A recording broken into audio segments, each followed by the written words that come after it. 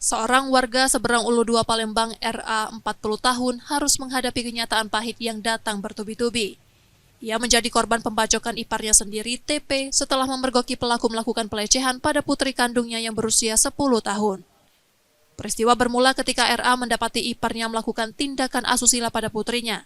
RA marah pada pelaku yang berujung pada perkelahian. Di tengah perseteruan, TP mengambil sajam dari dapur dan melukai RA. Akibat kejadian ini, RA mengalami luka serius di kepala, sementara putrinya trauma mendalam. RA kemudian membuat 2 laporan sekaligus di Polrestabes Palembang. Anak kandung.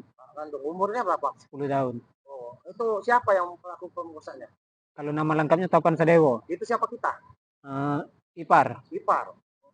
Pas tengah malam aku lagi tidur. Aku lihat dia pas ada suara aneh kan. Aku lihat, aku tengok sama dia sudah telanjang, anak aku telanjang. Nah, sempat aku tanya, kau apain anakku? Nah, di situ dia melawan, tidak ku apa-apain, tidak ku apa-apain, kata dia. Nah, kau kubunuh. Nah, di situ kami lagi berantem. Nah, dia sempat lagi ngomong, kau kubunuh, aku teriak minta tolong kan. Ia sangat berharap pelaku segera ditangkap dan mempertanggungjawabkan perbuatannya. Yudi Kiswanto, Kompas TV, Palembang, Sumatera Selatan.